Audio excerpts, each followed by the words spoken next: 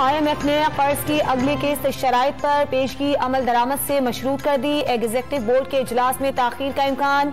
ज़राए के मुताबिक पाकिस्तान सऊदी अरब से SDR कोटे के तहत फंड्स हासिल कर सकता है। इंटरबैंक में डॉलर की ऊंची उड़ान, 5 रुपए महंगा होकर 216 रुपए का हो गया।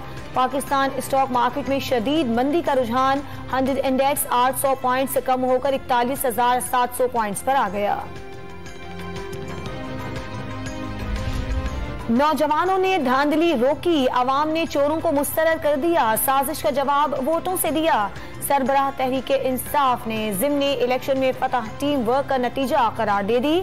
चौधरी परवेज इलाही का इमरान खान को टेलीफोन, जीत की मुबारकबाद दी।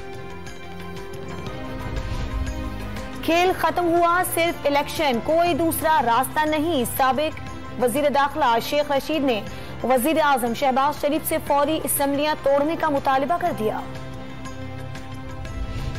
इलेक्शन कमीशन ने सिंध में बल्दियाती इलेक्शन रोकने से मुतालिक MQM पाकिस्तान की दरखास्त पर फैसला महफूज कर लिया। कोई हल्का बंदी गलत हुई है तो पहले उससे दुरुस्त कराया जाए। फरोग नसीम के दलाइल। रहीम यार खान के करीब दरियाए सिंध में कश्ती उलटने से 7 खवातीन जाँ बहक, 8 अफराद लापता हो गए। मकामी लोगों ने कश्ती में सवार 35 अफराद को बचा लिया।